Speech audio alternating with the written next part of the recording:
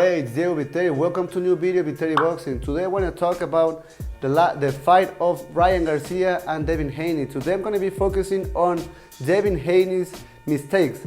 Ryan Garcia did what he always does. He's putting pressure using his powerful punches, but today you're going to not only learn his mistakes, you're going to learn what to do in order to prevent those mistakes. So let's begin with the video.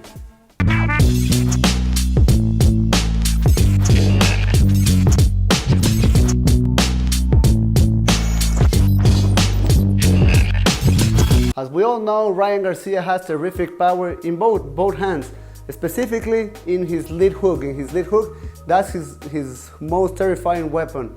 And he also has a great way of putting pressure to his opponent.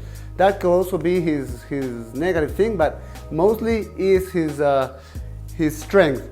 And Devin Haney likes to always have a distance, having some distance, counter punching, using straight punches, moving around, to have a technical style, to have a boxing style. What he doesn't like is to feel pressure from his opponent. Whenever he feels pressure, he starts to do a lot of mistakes. He starts to put his hands in front, he opens spaces and just make a lot of mistakes. So I've seen him fighting Lomachenko, and when he fought Lomachenko and Lomachenko was putting pressure into him, he could push Lomachenko, he could bully him because he was bigger. And Lomachenko is not a big 140 pounder.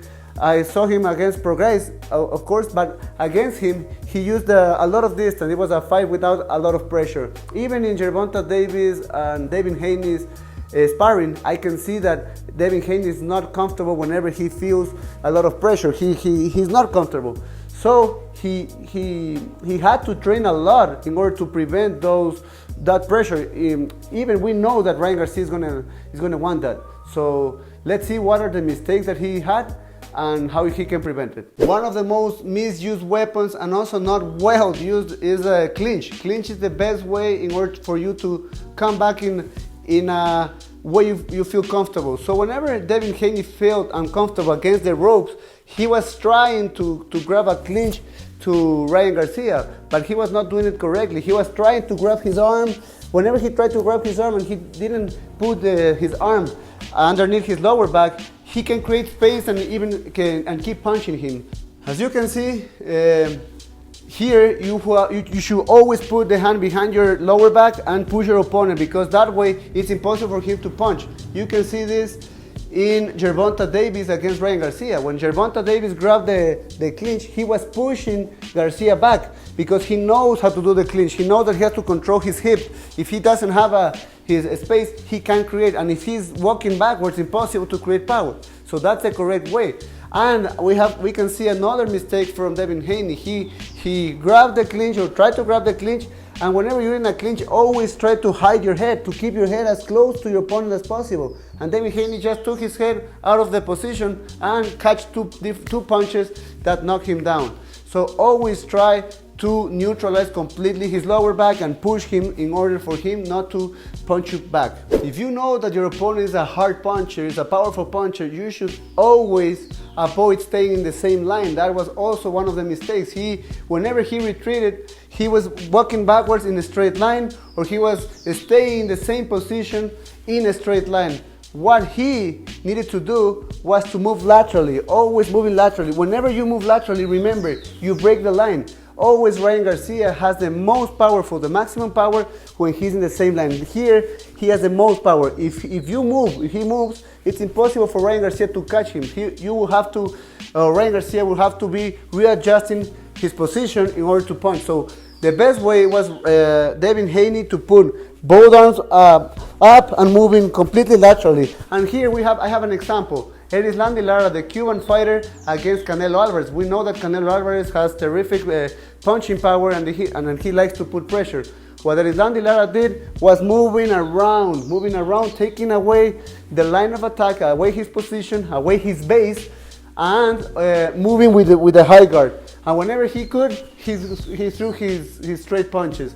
So that was the correct way in order to prevent staying on the ropes, in order to prevent those clinches, in order to take away Garcia's power. And the third tactic that Devin Haney should have used is neutralize Ryan Garcia's left hook. And we can learn this by watching Gervonta Davis fight. What Gervonta Davis did was, he's a southpaw. That's the first thing that you need to notice. He's a southpaw and open stance. Southpaw Gervonta Davis, orthodox Ryan Garcia. So whenever he uses his lead arm like a fencer, like a blade, he was trying to pin Ryan Garcia's arm in order for him to neutralize his lead arm, or also to bait in order for Ryan Garcia to throw his left hook around, to try to throw it around and to catch him with a counter. So the best way was to neutralize, putting his lead arm in pinning Ryan Garcia's lead arm. So what Devin Haney did wrong is he tried to do the same thing but from a closed stance. That means that Devin Haney is in an orthodox and Ryan Garcia is not orthodox. What he did is he tried to grab Ryan Garcia's lead arm by using his rear arm. Whenever he tried to use his rear arm, there's two mistakes. Number one is that whenever you try to catch his rear arm, it's too far away. You are too far away to catch your opponent. Plus, you are getting squared. So the second thing is you're getting squared. The good thing about having this fencing stance is that you can move in and out easily. You can catch your opponent's punches or whatever he throws.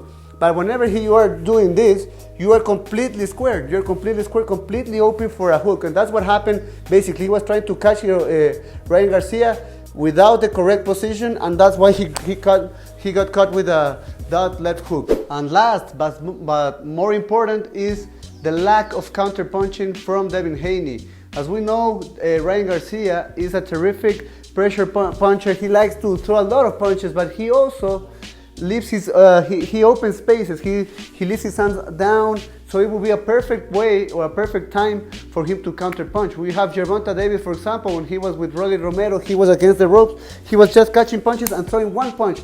Great timing, even against Ryan Garcia. Or we can also see Pitbull Cruz just catching punches and then throwing a punch. Normally, when we saw Devin Haney punching Ryan Garcia, he was initiating the exchange. He was throwing great jabs, really fast jabs, or nice hooks, really good hooks. But they were most of the punches were thrown. It was predictable. It was not a counter punch. He was not using feints. He was not misguiding his opponent with distance. He was just throwing with fast punches. So this was not a strategic fight. It was really a fight of who is faster, who has more power. And I would like to see Devin Haney be more strategic, moving away to the sides, having better clinches, getting better counter punches to beat Ryan Garcia. And it was a fight that we know how Ryan Garcia fights. So he had to prepare in order to fight Ryan Garcia. In order to know how to neutralize your opponent, you need to understand both stances. You need to be comfortable using both stances. I would love to see Devin Haney maybe using a southpaw stance, using the fencing, moving to the unorthodox. Maybe using both stances will help you to have a 50% more chances. Whenever you change your stance, you change all the game. You change basically all the game. To understand how to do it from the fundamentals, you can go into my online courses, vitaliboxing.com. I will teach you how to walk forward, retreat everything from orthodox and also the southpaw. I will show you how to move laterally using the pivots as orthodox and also as southpaw. So I'll see you in vitaliboxing.com so we can trade together. Thanks for watching my video. I hope this was useful and this will help you in your career, basically your boxing career. Remember to always know your opponent's strengths and also know your weaknesses, where you have to put the training, where you have to put your focus.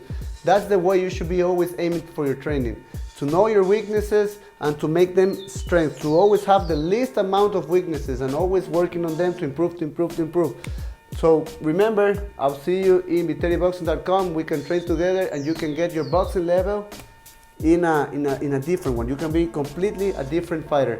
So see you vitaliboxing.com and remember to subscribe. Leave me a comment below of what you want to learn next week.